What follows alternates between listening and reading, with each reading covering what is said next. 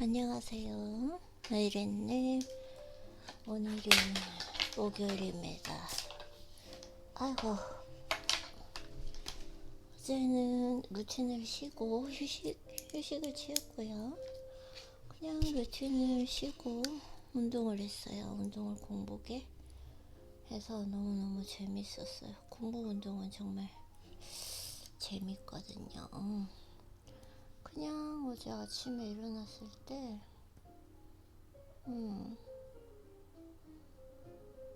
그냥 루틴이 하기 싫더라고요. 기분이 좋으면서. 그래서 휴식을 잘 취했습니다. 어쨌든 오늘도 간단하게 연말이 돼서 그런지 또 비도 오고 비가 오는 게 왜 그런지 모르겠지만 비가 이번 주에 계속 오고 있고 어제도 왔고 그래서 막 독서를 엄청 하고 싶지는 않은데 일단 루틴을 해야 되니까 간단하게라도 독서를 한번 해보도록 할게요.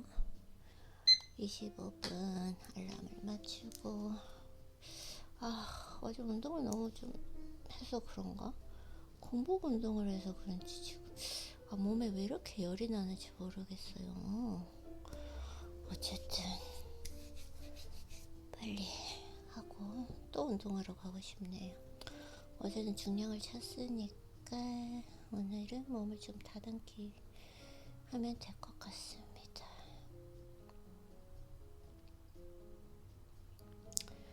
행복을 옆 사람들에게 나눠주면 주변까지 밝힙니다. 어떤 일을 했을 때 그 일이 자신에게 도움이 되는 즐거운 일이라면 그로 인해 삶이 망하는 경우는 없습니다. 별로 안 읽고 싶어요. 좀 이상한 부정적인 얘기가 나왔습니다. 지금부터 무언가를 시작하려는 당신에게 이대로도 괜찮아. 이 책 오늘 별로 안 읽혀져요. 마음에 와닿지 않습니다. 다른 사이토 이토리님의 다른 책을 한번 읽어보도록 하겠습니다. 이거 한번 읽어볼까요? 부자 인간관계 아니면 철들지 않은 인생이 즐겁다. 부자 인간관계.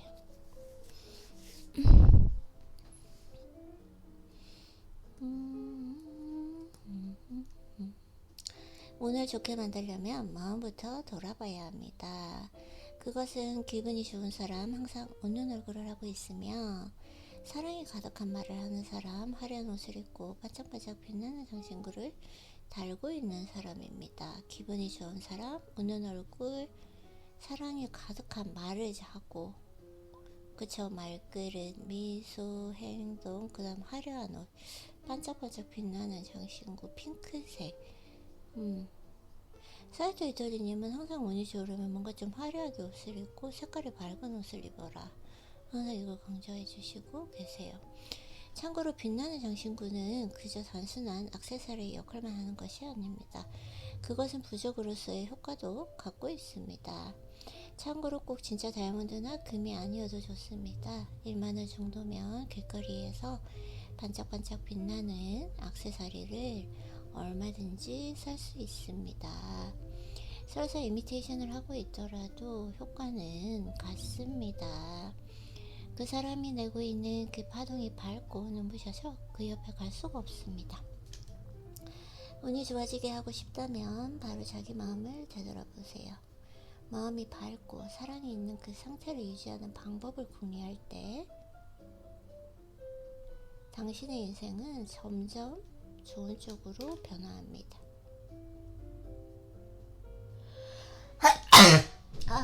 미안해요.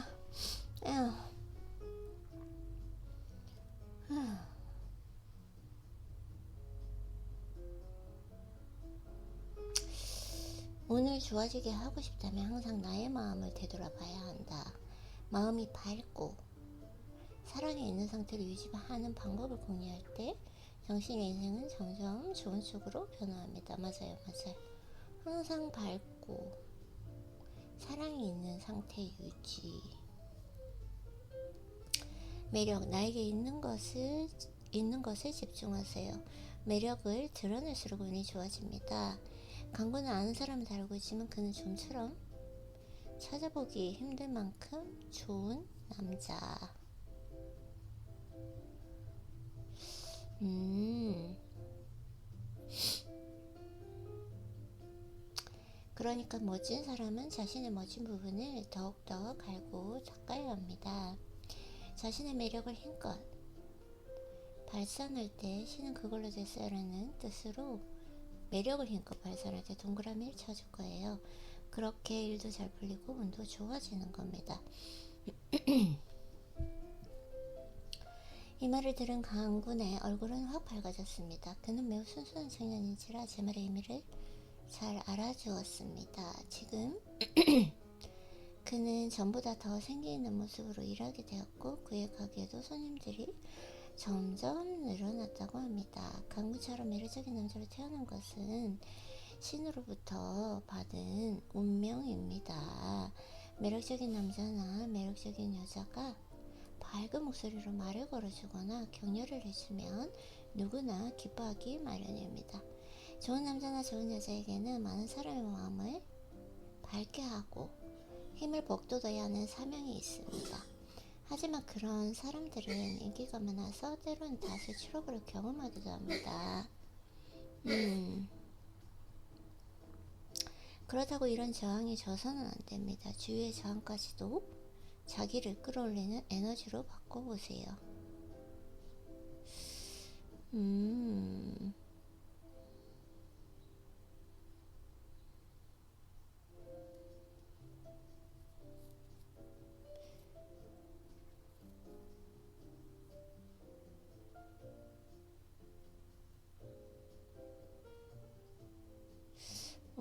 그녀는 결코 자신의 스타일을 바꾸지 않았고 힘을 빼려고 하지도 않았습니다. 그리고 결국 대스타로 발돋움하였습니다. 자신을 향한 질투까지도 에너지로 바꿔서 지금과 같은 거울이 될 수 있었던 겁니다. 당신도 다른 사람의 질투에 대해 마쓰다 세코시처럼 태연하게 반응하면 더 성장할 수 있을 뿐만 아니라 하늘 높이 날아오르게 됩니다. 트러블과 질투가 당신을 공격해도 기죽지 말고 매력을 발산하면서 점점 나아가야 합니다. 그러면 트러블과 질투 에너지가 당신을 계속해서 위로 밀어올리게 된다. 부인이 아름다워지면 가정의 운이 좋아집니다. 여성이 아름다워지는 것은 그 집의 운을 좋게 만드는데 매우 중요합니다.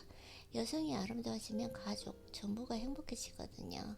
부인이 아름답고 생기가 넘치면 다른 가족들이 그걸 보고 즐거워할 수 있기 때문입니다. 이는 집안에 행복의 신이 있는 것과 같습니다. 부인이 아름답게 하고 있으면 신기하게도 남편의 일도 잘 풀립니다. 그래서 여자는 아름답게 하고 있는 것이 일입니다. 게다가 여성이 꾸미는 일을 생각할 때 갑자기 기운이 솟아나기도 합니다. 집에 온기를 좋게 하려면 부인이 아름답게 만들어서 행복의 신으로 삼아야 합니다. 나에게 있는 것으로 무엇을 할 수 있을지 고민한다.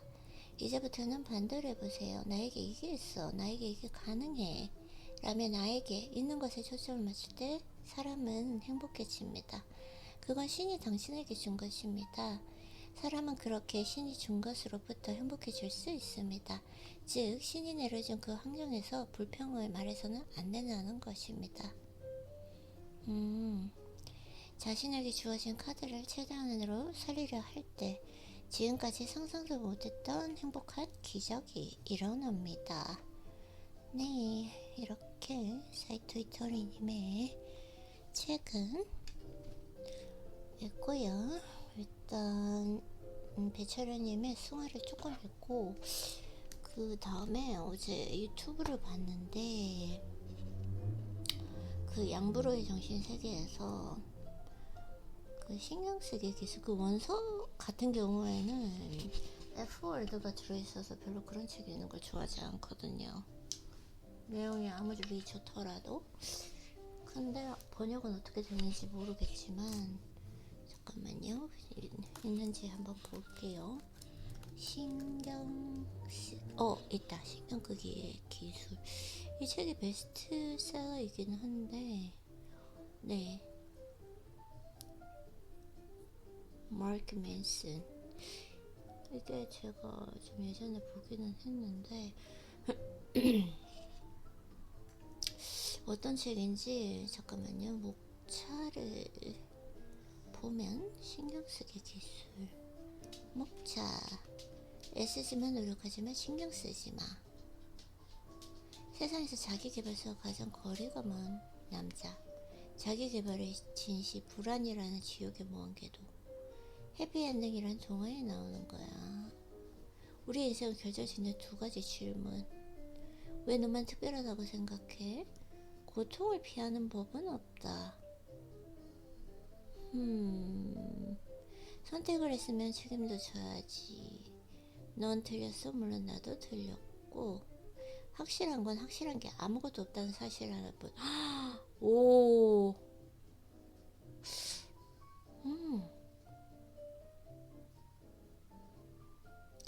나에 대한 확신이란 얼마나 위험한가. 맞아요. 매일 덜 틀린 사람으로 거듭나면 그치 확실한 건 없다. 거절은 인생의 기술. 실패했다고 괴로워하지만 결국은 우린 다 죽는다. 죽음에 관한 것이고 죽음이 남긴 질문. 나는 무엇을 남길 것인가. 꼭 남겨야 되나? 잠깐만요. 서재 담고요. 오늘 이 책을 읽어보도록 하겠습니다. 너무 읽고 싶어요. 너무 재밌을 것 같아요. 잠깐만요. 승화를 한 조금만 읽어보고. 아이고 또 이렇게 오늘 독서를 간단하게 하려고 했는데 할 수 있을지 모르겠어요.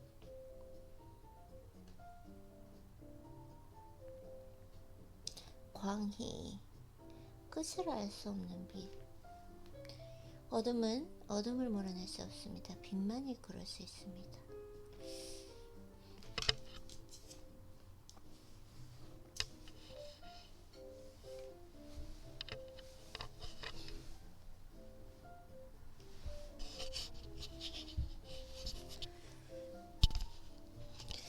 님 새벽에 대해서 새벽에 이제 빛이 밝아지는? 근데 저는 새벽 그 시간이 안 좋더라고요. 새벽까지 깨어있는 건 되는데 새벽에 일어나면 기분이 너무 안 좋아요. 그 어둠 속에서. 그 뭐 사람마다 다르니까. 나는 그게 몇 번이나 시도해봤지만 너무 싫었다. 나랑 안 맞는 거죠 뭐.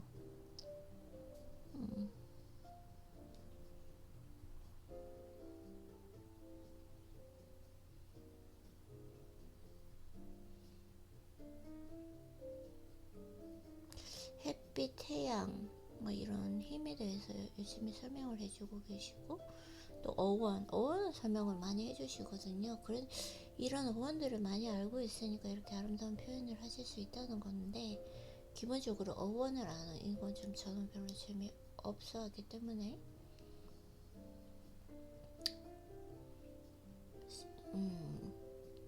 지금 훑어올 것이 있습니다. 나라는 인간을 나답게 만드는 말로는 담을 수 없는 어떤 것이며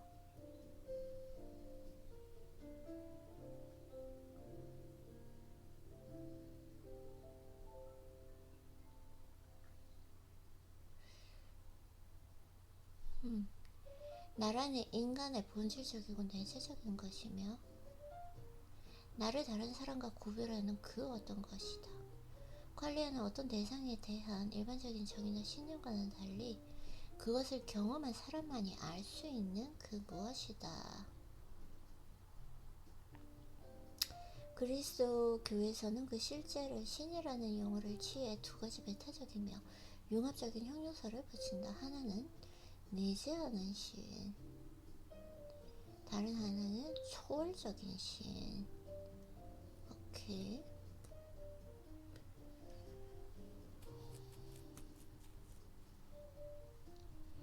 각자에게 내재적인 영혼을 관주하는 수행을 강조했습니다. 내재적인 영혼은 특별한 의도를 지니고 세상을 운행하는 지적 원칙. 이 내재적인 영혼이 자연스럽게 유출되어 우리가 오감으로 인식하는 세상을 창조했습니다. 별로 재미없어요. 내 마음에 와닿지 않습니다.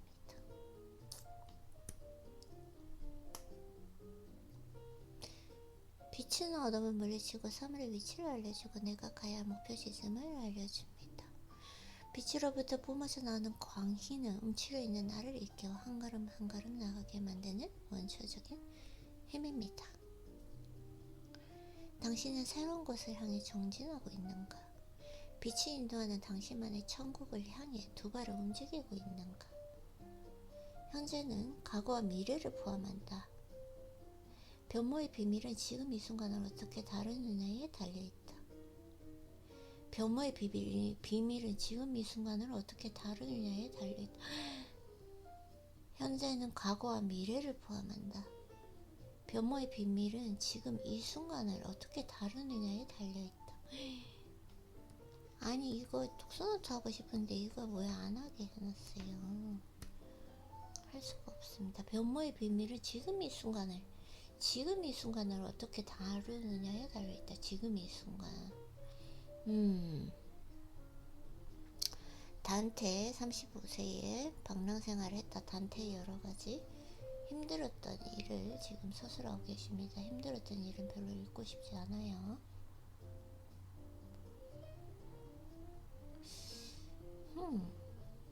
매순간 변모하는 산천과 온갖 동식물은 나의 스승입니다. 학교나 책에서 찾을 수 없는 인생의 그루입니다. 자연은 몸소 자신의 변화를 보여줄 뿐 나에게 아무것도 강요하지 않습니다. 그들은 만물이 저마다 스스로 깨닫기를 기다리는 인내의 화신이다.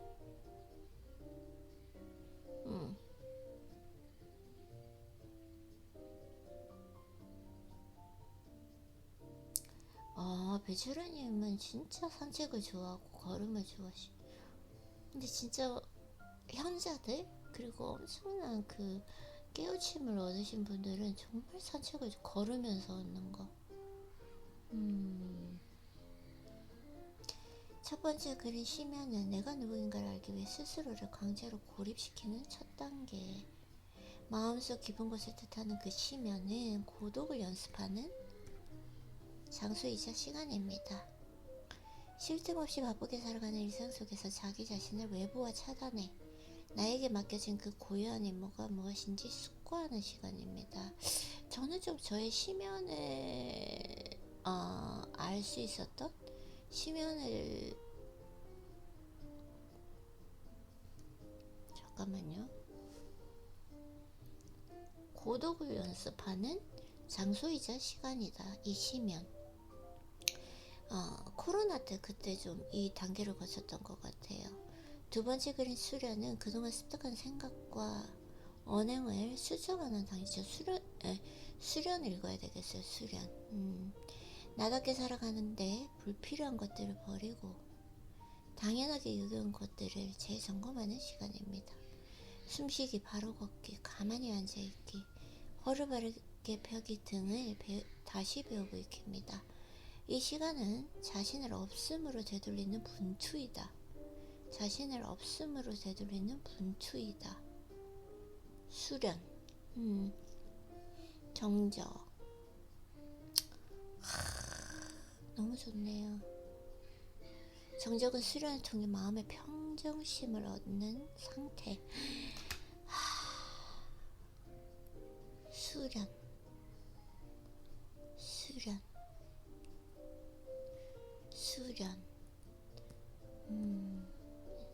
아이고야. 독서노트 작성해 보도록. 다음번 책은 수련을 조금 읽어봐야 되겠어요. 자신을 없음으로 되돌리는 분투다. 정적은 수련을 통해 마음의 평정심을 얻는 상태입니다. 정적은 고요한 마음을 유지하면서도 그 안에 부단한 움직임을 품고 있는 정중동을 뜻합니다. 마음의 정적을 품은 사람은 나를 유혹하는 외부의 소리를 거부하고 내면에서 흘러나오는 미세한 소리를 경청하기 위해 일부러 침묵한다. 너무 좋아요. 침묵 훈련 정말 오랫동안 했는데 저번에 필라테스 수업할 때 침묵 잘 실천하지 못했죠.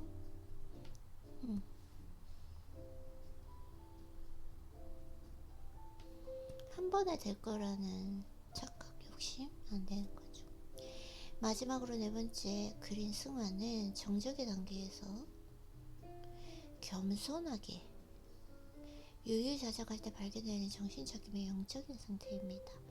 승화는 인간을 추락하도록 놓아두지 않고 저 높은 하늘을 향하도록 독려합니다.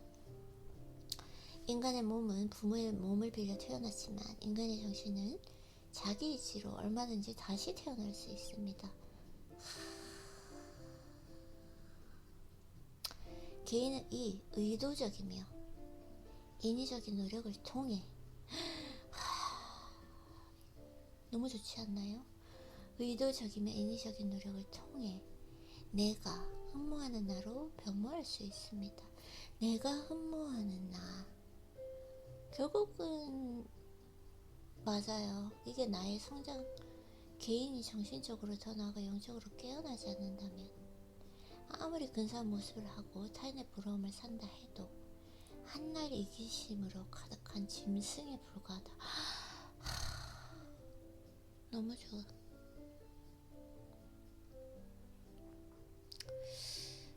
독서를 하시는 분들 다 이런 경험을 느낄까요? 지금 엄청나게 몸에서 다이돌핀이 분비되면서 이렇게 아름다운 글, 그리고 깨달음의 글을, 그러니까 뭔가 내가 지금까지 열심히 수련하고 정적의 과정을 거치며 승화를 해냈던 이 과정 속에서 뭔가 어렴풋이 흩어져 있던 저의 가르침을 이렇게 한 문장으로 명확하게 정의해 주시는 거, 이런 부분, 이런 책을 읽을 때는 너무 행복해요. 너무 행복하고, 와, 진짜 내가 운이 좋은 사람이구나 라는 생각이 들어요.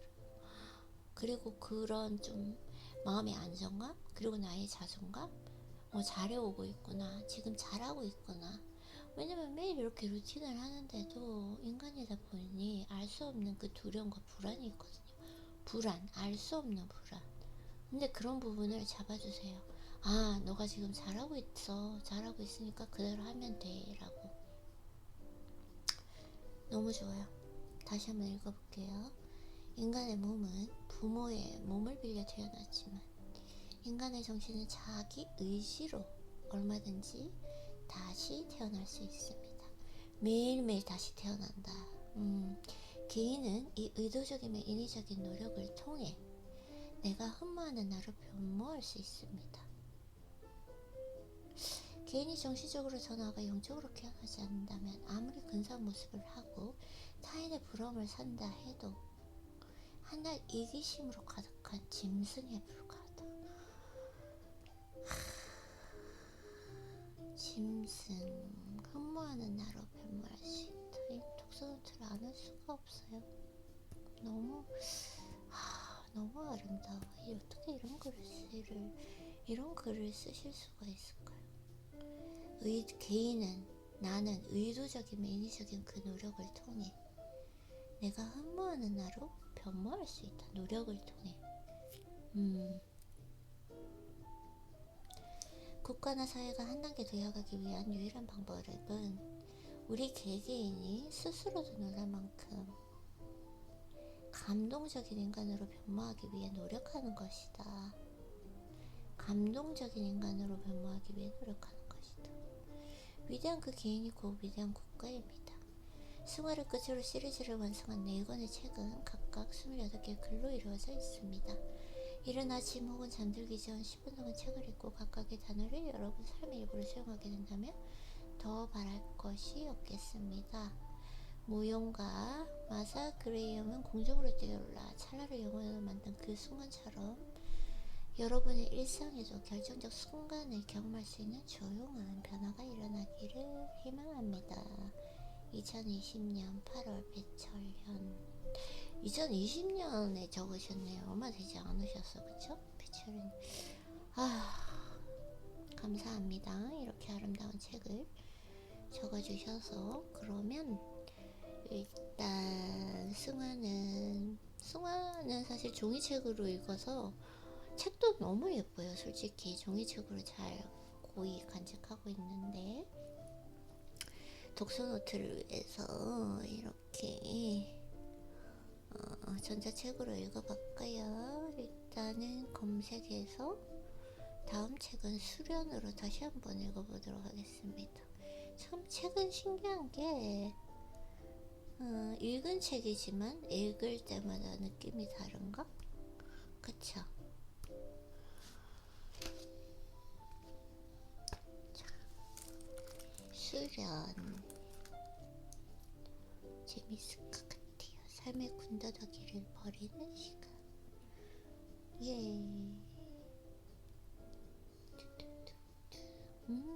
똑같다. 빨간색. 승화가 노란색이고 수련이 빨간색이고 정적이 어떻게 보라색이 되었을까요? anyway, 이거 내일부터 수련을 다시 한번 더 읽어보도록 하고요.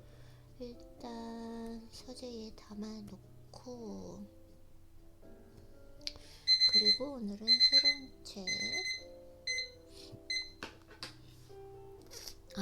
처음에 독서할 때는 25분도 하기 싫다, 요즘에 조금 책 읽는 게 싫어가지고 뭔가 조금 연말이 돼서 그런지 바로 운동하고 가고 싶었는데,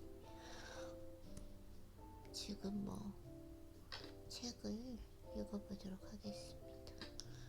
읽기 싫으면 안 읽으면 되고, 읽고 싶으면 읽으면 되고, 얼마나 행복한가요?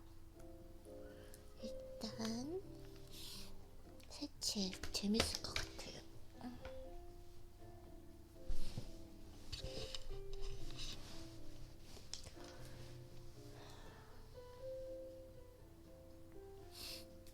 신경 끄기의 기술. 예이. 이게 지금 F월드가 들어가 있거든. 원서에는 The subtle art of not giving a fuck. 그래서 이걸 좀 이렇게 쓰는 조금 이렇게 공격적이고 뭔가 좀 폭력적인 단어를 쓰는 글을 좋아하지 않은 것 같아요. 저는 기본적으로 좀 배철현님 같이 아름답게 표현된 글, 이걸 좋아하는데요. 일단은 목차를 읽어보면 가장 중요한 것만 남기고 모두 지워버려라. 그쵸? 맞아. 이게 진짜 중요한데. 가장 읽고 싶은 거 지금 목차를 보고 있습니다. 어떤 부분을 가장 먼저 읽고 싶은가? 인생의 터닝포인트, 신경 끄기 기술. 애쓰지만 노력하지만 신경 쓰지마. 왜 너만 특별하다고 생각해? 최고 혹은 최악 1%가 되어야 한다는 강박? 완전히 무시해도 좋은 엉터리 가치들. 오케이. 그 이별은 결국 내 책임이었다. 선택을 했으면 책임도 져야지. 이건 저는 이 부분 너무 좋은 것 같아요. 넌 틀렸어. 물론 나도 틀렸고, 확실한 게 아무것도 없다는 그 사실 하나뿐. 매 순간 거짓말을 생각해내는 사람들. 나에 대한 확신이란 얼마나 위험한가. 매일 덜 틀린 사람으로 결국은 답이 이게 책에 이제 어떤 부분이 적혀 있겠다는 게 예상이 되죠. 매일 덜 틀린 사람으로 거듭나는 법. 그 확신에 대한 그 위험을 부수고 덜 틀린 사람, 조금 더 바른 결정을 내려가면서 산다라는 거. 일단은 그러면은 프롤로그를 읽어보고 그 다음에 나에 대한 확신이랑 얼마나 위험한가. 확실한 게 아무것도 없다는 사실뿐. 과연 이 번역은 어떤 식으로 했을지 궁금하기는 합니다. 그대로 그 저자의 그 느낌대로 약간 폭력적으로 했는지 아닌지도 좀 궁금하긴 하고요.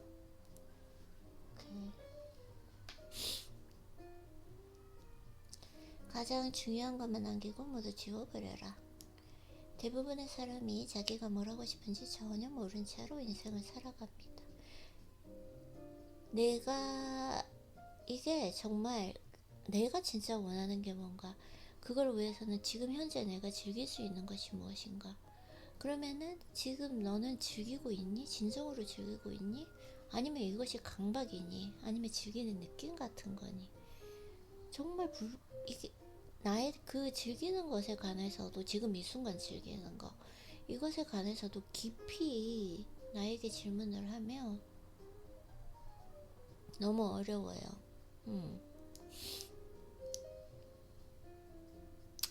심지어 학업을 마친 뒤에도, 직장을 잡은 뒤에도, 돈을 벌게 된 뒤에도 그렇다는 것입니다. 여러 가지 이제 막 질문들이 있고요.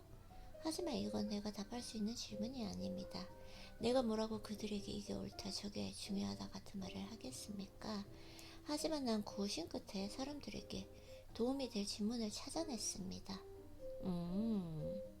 당신의 삶에서 중요한 것과 덜 중요한 것을 구분을 짓고 그에 따른 선택을 하실게 도와줄 질문들 말입니다.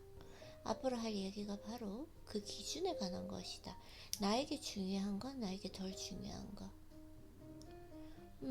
그 기준이라고 하는 것은 내가 즐길 수 있는가, 내가 즐길 수 없는 것인가, 그건 것 같아요, 저는. 그러니까 나에게 중요한 것들을 남기는 건, 내 하루를 루틴을 만들 때 내가 매 순간을 즐기면서 할 수 있는 것들, 재밌는 것들, 그 순간을 즐길 수 있는 것들, 그게 내 인생이 중요한 거죠. 그래서 지금 방학이지만 학교를 가지 않으니까 내 루틴 자체가 독서하고 청소하고 독서, 청소, 운동, 저녁에 휴식하고, 그리고 한 번씩 작품 감상하고, 뭐 이 정도? 저한테는 그런 것 같아요. 저자님은 어떤 그런 질문인지, 그 기준이 뭔지 이분의 생각을 한번 읽어보도록 하겠습니다. 오늘은 우리는 전염성 정신병을 앓고 있다네.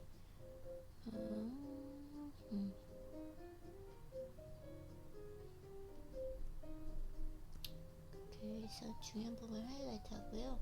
여러 가지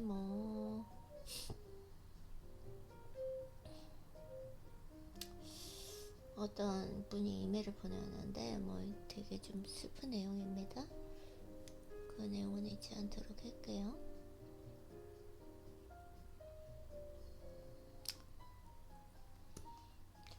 되게 일을 하면서 힘들었던가 봐요. 그래서 헤지펀드 일을 그만두셨다고 합니다. 뭔가를 얻기 위해 뭔가를 포기하는 법이니까. 경제학의 기본 개념 중에 기회비용이라는 것이 있습니다. 기회비용은 본질적으로 당신이 하는 모든 일은, 그게 무엇이든 간에 간접적으로라도 비용이 든다는 것을 의미합니다. 특별한 일에서 부자가 된 사람을 찬양합니다. 하지만 이런 특별한 일은 보통 극도로 높은 기회비용을 요구합니다. 빌 게이츠는 일주일에 5일을 사무실에서 자며 30대 대부분을 보냈으며, 이걸 기회비용이라는 걸 많이 들어는 봤지만 명확하게 지금 정의를 몰랐는데, 이런 걸 기회비용이라고 하군요. 스티브 잡스는 큰 딸을 제대로 돌보지 못했습니다. 브래드 피트는 플래시세를 받지 않고선 집에 나설 수 없었고, 유명세로 인한 사회적 고립 때문에 우울증을 겪기도 했다.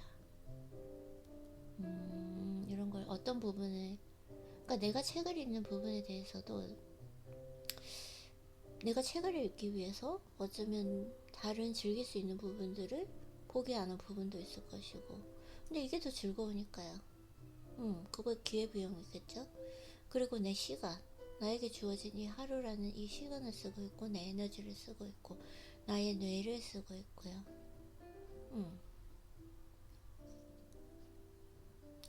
요즘은 정말 대단한 일에는 겉으로 드러나던 아이들 희생이 다를 수밖에 없다는 것입니다. 딸의 생일을 연속적으로 놓치는 것처럼 말입니다. 정말 대단한 일, 뭔가를 놓치고 있다.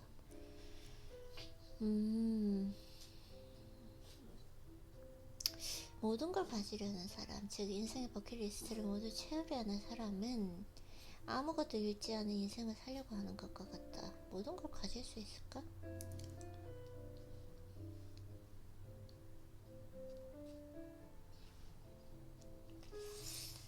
안 되죠. 모든 걸 가지려고 한다.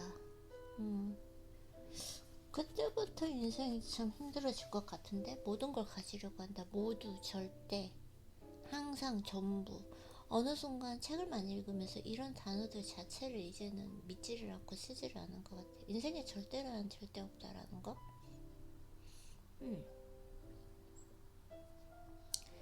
어떤 부족함도 용납하지 못하는데도 모든 걸 가져야 한다는 그 믿음이 인생을 지옥의 무한궤도에 빠지게 만든다. 맞아. 맞아요, 맞아. 맞아요, 맞아. 아무것도 잃지 않은 인생. 나를 되돌아보면 지금 독서하고 내가 원하는 대로 내 몸을 통제하고, 아니, 관리를 하고 있어. 통제라는 단어보다. 매일 운동을 가니까 식단 관리하고, 그리고 매일 책을 읽고, 나름대로 성장하다고 생각한다. 그치만 내가 잃는 게 있죠. 사람과의 관계? 친구들과 수다 떨고 이런 것들이 다 없어졌어요.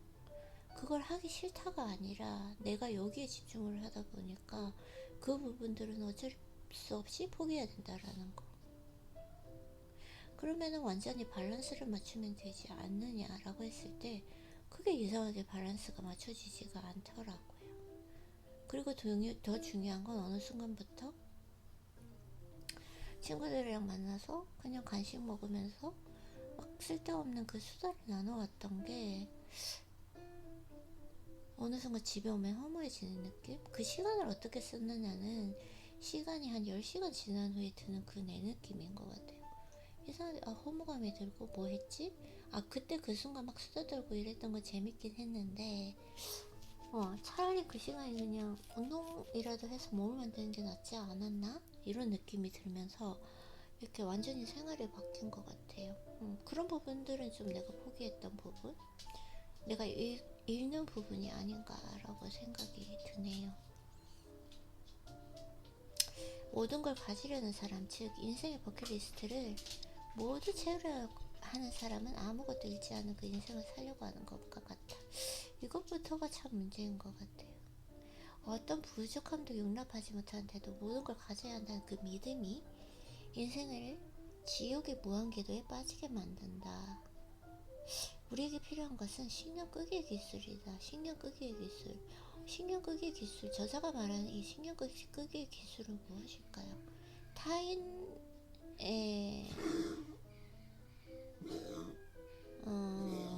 타인으로부터 신경을 꺼라 이건가?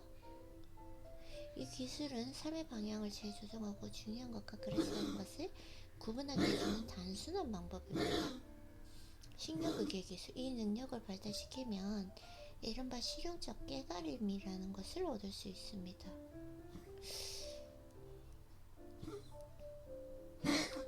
일단 하이라이트 하고요. 삶의 방향을 재조정한다? 삶의 방향을 재조정한다. 오케이. 영원한 행복이라느니 모든 시련의 끝이라니 하는 여전수가 하는 말이 아닙니다. 맞아. 영원한 행복, 모든 시련의 끝. 실용적 깨달음이란 삶이 늘 어느 정도 고통스럽다는 사실을 순순히 인정하는 것을 뜻합니다.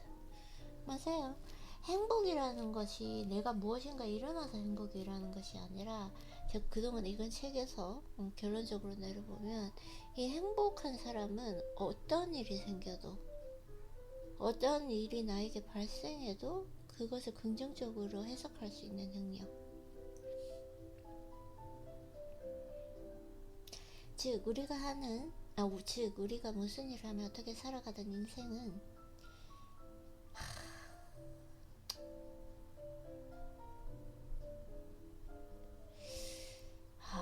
이 책 너무 재밌을 것 같은데요. 또 며칠을 두근거리면 너무 행복하게 살 수 있을 것 같아요. 진짜 이런 책은 진짜 마음 먹고 하루 만에 다 읽어버리고 싶거든요. 마음만 먹으면 하루 만에 다 읽을 수가 있으니까 몇 시간 만에. 근데 아껴서 읽고 싶어요. 진짜 이런 책은.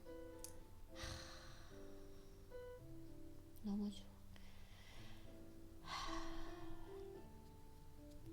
읽어볼게요. 즉 우리가 무슨 일을 하며 어떻게 살아가든 인생은 실패, 상실, 후회를 수반하고 마지막에 죽음이 온다는 것을 받아들이는 것입니다.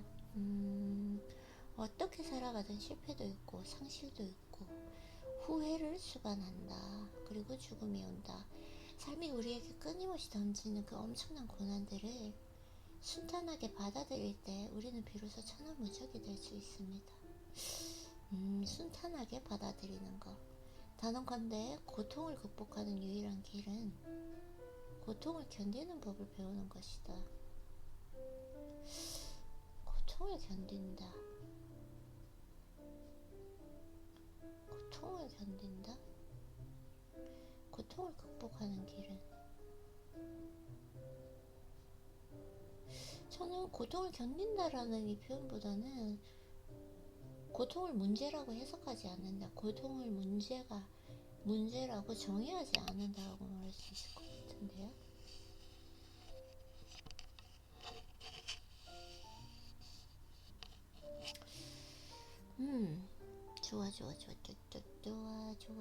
좋아. 천하무적이 될 수 있다. 이거 독서노트 해야 될 것 같습니다.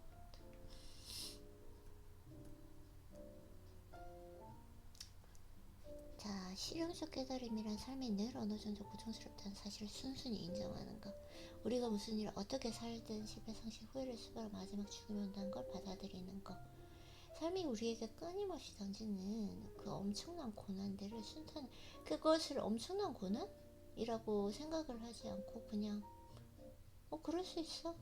아이리, 그럴 수 있어. 인생이 원래 그런 거래.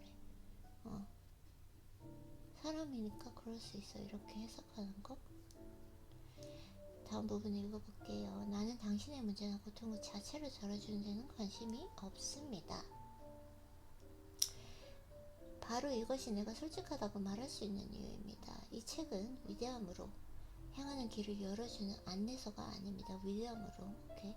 위대함이란 그저 우리 마음이 만들어내는 환상이자 우리가 스스로에게 강요한 가짜 목적지 혹은 내 머릿속에 아틀란티스가 뭐죠? 애틀란티스 이기 때문입니다. 어쨌든 위대함, 그쵸? 대신 나는 고통을 도구로, 트라우마를 힘으로, 그리고 문제를 조금 더 나은 문제로 바꿔놓을 것입니다. 이것이 진정한 발전입니다. 이 책을 고통으로 가는 길을 알려주는 안내서로 생각하십시오. 나 이런 표현 안 좋아해요. 내가 왜 고통으로 가야 돼? 어떻게 하면 그 길을 더 따뜻하고 겸손하고 의미있게 갈 수 있는지 알게 될 것입니다. 이 단어를 쓰는 것 자체, 내 말로 내뱉는 그 순간 자체부터 달라져요. 그걸 고통으로 받아들이지 않고 고통으로 정의하면 안 돼요. 무거운 짐에 짓눌리면서도 한 발 더 나아가고 엄청난 두려움에 떨면서도 잠시 마음을 놓고 쉬며 결국 스스로의 눈물을 비웃게 될 것이다. 나는 원하는 바를 성취하는 법을 알려줄 생각이 없습니다. 대신 포기하고 내려놓는 법에 대해 말할 것이다. 인생의 목록을 만든 다음 가장 중요한 항목만 남겨 모두 지워버리는 방법을 안내할 것이다. 눈을 감고 뒤로 넘어져도 괜찮다는 것을 믿게 해줄 것이다. 신경을 덜 쓰는 기술을 전할 것이다. 하지 않는 법을 가르쳐줄 것이다. 포기하고 내려놓는 법. 애쓰지마, 노력하지마, 신경쓰지마. 자, 읽어볼게. 목차, 깔고 싶었던 거, 정말 읽고 싶었던 거. 넌 틀렸어. 물론 나도 틀렸고, 난 매번 틀렸다. 나 자신, 친구, 당신 내 세상의 전부를 믿었던 것들. 하지만 난 매일 덜 틀린 사람으로 거듭났다. 그쵸? 이건 어쩔 수 없는 것 같아요. 지금은 이 생각이 맞는데 내일은 틀릴 수 있다라는 거, 그걸 받아들이는 거. 그러면 우리가 과거를 생각했을 때는 정말 미성숙하고 왜 그렇게 행동했을까, 왜 그런 결정을 내렸을까 라고 생각되는 일들이 있잖아요. 근데 그 생각에 대해서 생각을 해보면 왜 그랬지 후회하고 부끄러워할 것이 아니라 그때는 그 상황에서 최선을 다했다라는 걸 받아들이는 게 중요한 것 같아요. 저자는 어떤 얘기하는지 한번 읽어보도록 하겠습니다. 확실한 건 확실한 게 아무것도 없다는 사실 하나일 뿐. 절대라는 단어는 없다. 사람들은 항상 틀린다. 500년 전 지도 제작자들은 캘리포니아가 섬이라고 믿었습니다.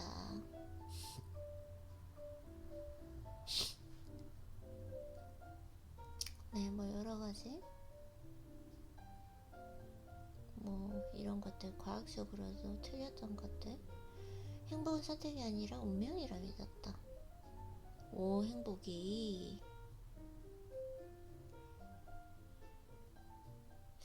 10대 시절 난 아무것도 신경 쓰지 않는다고 떠벌리고 다녔지만 사실은 엄청나게 많은 걸 신경 썼다. 맞아, 이 신경 쓰는 거.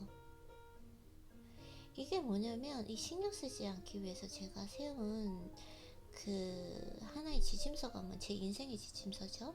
제 인생의 문법이 뭐냐면, 내 눈에 담는 것, 그리고 내가 쓰는 이 말그릇, 내가 있는 장소, 이 모든 것이 현재 나를 결정한다라는 거. 그래서 내 눈에 담는 것조차를 아주 통제하려고 노력하는 거죠. 쓸데없는 걸 담지 않는다라는 거. 남들이 내 세계를 지배하고 있었지만 그걸 까맣게 몰랐습니다. 행복은 선택이 아니라 운명이라 믿었습니다. 사랑은 노력이 아니라 우연이라 믿었다. 노력. 저는 요즘에 조금 약간 의문이 있는 것 같아요. 이 사랑을 노력해서 찾아 나서야 되나? 아니면 그냥 열심히 살고 있을 때 정말 운명처럼 만나지 않나? 좀 의문심이 있는 것 같아요. 만날 사람은 만나게 되어 있지 않을까요? 어쨌든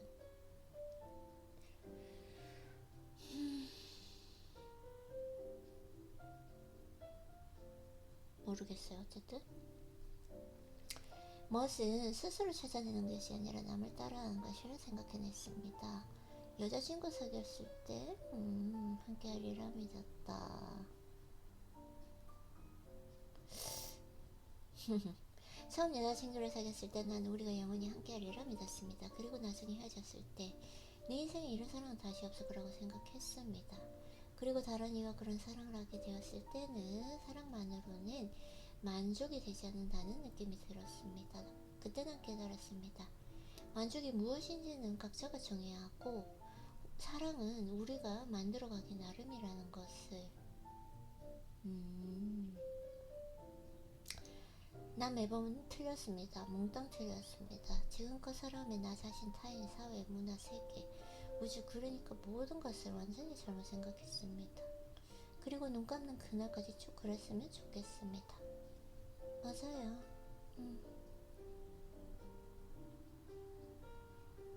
현재 마크가 뒤돌아보면 과거의 마크가 착각한 점이 훤히 보이는 것처럼 어느 날 미래의 마크가 되돌아보면 현재 마크가 이 책 내용을 포함해서 가장 많은 것에도 비슷한 착각이 보일 것이다. 난 그렇게 되길 바랍니다. 왜냐면 그건 내가 나 이 얘기 하려고 그랬어요. 왜냐면 그건 내가 성장했다는 뜻이기 때문입니다. 제가 의문이 있었거든요. 운동을 5년 동안 계속 했는데 왜 자꾸 운동 방법이 계속 바뀌어야 되고 운동 루틴이 바뀌어야 되는 거지? 왜 자꾸 식단이 이렇게 바뀌어야 되는 거지? 어느 정도 나에게 맞는 그 방법을 찾아냈다면 그대로 하면 되지 않는가? 근데 그대로 하면 안 돼요. 자꾸 바뀌어요. 그리고 내가 좋아하는 것이 바뀌고 또 내가 가지고 있는 루틴이 계속해서 바뀌고 왜 자꾸 이게 변화해야 되는 거지? 그런 의문이 있었거든요. 나에 대해서 잘 모르는 것인가? 이렇게 생각을 했는데 책을 읽다 보니까 그만큼 내가 성장했기 때문이다. 그 말은 뭐냐면 내가 그 자리에 머물러 있지 않기 때문이다. 내가 매일 똑같은 루틴을 했는데 처음에 그 루틴을 만들었을 때는 지키기가 힘들어서 이렇게 막 숨이 가쁜 느낌이 들고 오늘 이 루틴 어쨌든 다 해냈다, 새로운 루틴을 해냈다 라고 생각을 했는데 몇 달이 지나면 그 루틴이 지루해져. 그걸 경험을 했죠. 2주 전에 지루하고 하는 게 재미가 없어요. 갑자기 매너리즘에 빠진 느낌? 그게 왜 그러지? 라고 생각을 해보니까 그 루틴이 이제 쉬워진 거예요. 그게 뭐냐면 그만큼 제가 제 실력이 성장했다라는 거죠. 그래서 그걸 알게 되었고, 새로운 이제 루틴, 조금 약간 어렵게 루틴을 실행할 수 있을 정도로 새로운 루틴을 추가하게 된 거죠. 그래서 내가 성장했다라고 딱 얘기를 하려고 했는데, 왜냐면 그건 내가 성장했다는 뜻이기 때문입니다. 너무 좋은 것 같아요. 와, 진짜 할 말이 많네요.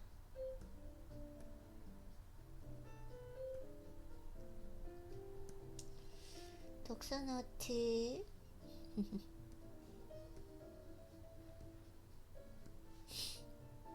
마이클 조던은 난 살아오면서 실패에 실패를 거듭했습니다. 그게 내가 성공한 이유다라고 명언을 남겼습니다.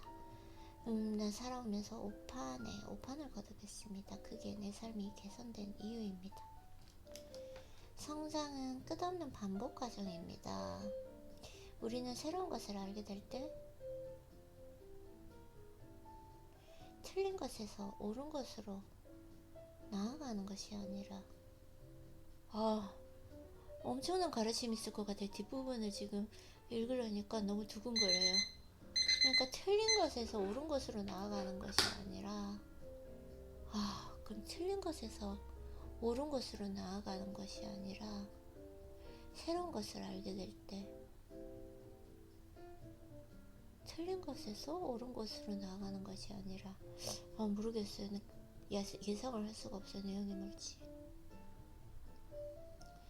틀린 것에서 약간 덜 틀린 것으로 나간다.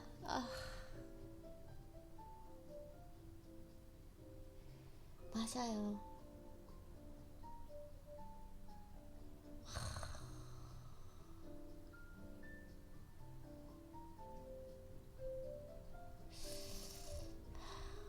틀린 것에서 약간 덜 틀린 것으로 나아간다. 옳은 것이 아니야. 지금 현재는 옳은데 내일은 틀릴 수도 있다. 약간 덜 틀린 것으로 나아간다. 와, 진짜 너무 아름다운데. 약간 덜 틀린 것으로 나아간다. 맞아요. 진짜 이 말이 맞는 것 같아요. 또 다른 것을 알게 되면 약간 덜 틀린 것에서 그보다 약간 덜 틀린 것으로 나아갑니다. 이 과정이 반복됩니다. 우리는 끊임없이 진리와 완성을 향해 나아가지만 실제로 거기에 도달하지 못합니다. 진리와 완성을 위해 나아가지만 진리와 완성을 향해 나아가지만 거기에 도달하지 못한다.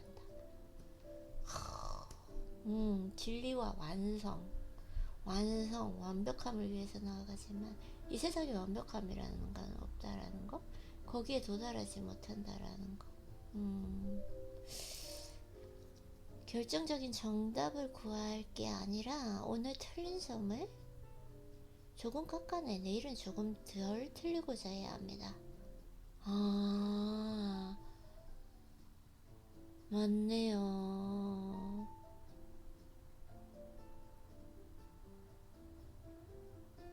결정적인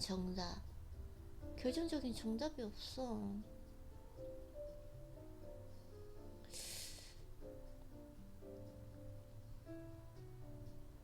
운동을 할 때도 결정적인 정답이 있는 게 아니라 그때 그날의 컨디션에 맞춰서 해야 된다라는 거. 이런 관점에서 보면 개인의 성장은 상당히 과학적이라고 할 수 있습니다. 요컨대 우리가 받아들이는 그 가치가 가설입니다. 즉 이런 행동은 좋고 중요하지만 저런 행동은 그렇지 않다는 그 판단이 가설입니다. 그리고 우리는 행동으로 그것을 실험합니다. 다시 말해 그 가치에 따라 행동을 했을 때 나타나는 그 감정과 사고방식이 실험 자료가 되는 것이다. 그쵸? 행동으로 그것을 실험한다. 이런 행동은 좋고 중요하지만 저런 행동 그렇지 않은 그 판단이 가설이고, 예를 들어 볼게요. 제가 성공하신 분, 현자들은 모든 아침에 새벽에 일어나서 하루를 시작하고 산책을 하고 그러면서 중요한 아이디어가 떠오르고 여행을 하면서 이런 걸 해봤어요. 근데 다 좋다고 했지만 저에게는 전혀 생산적이지도 않고 효율적이지도 않고 내가 느끼는 감정은 불안정. 아침에 새벽에 일어났을 때 그 어두움에 혼자 시작했다라는 엄청난 그 자기 내적 뿌듯함이 있다고 하는데, 내적 만족감이 있다고 하는데 저는 불안했어요. 그 어둠에 일어났을 때 기분이 좋지가 않더라고요. 눈을 떴을 때 창문으로 들어오는 그 밝은 빛이 좋았지. 그래서 그 행동을 했을 때 나타나는 감정과 사고방식이 실험 자료가 되는 것입니다. 독서노트 해야지. 이 책은 너무너무 며칠 동안 재미있을 것 같아요. 그쵸?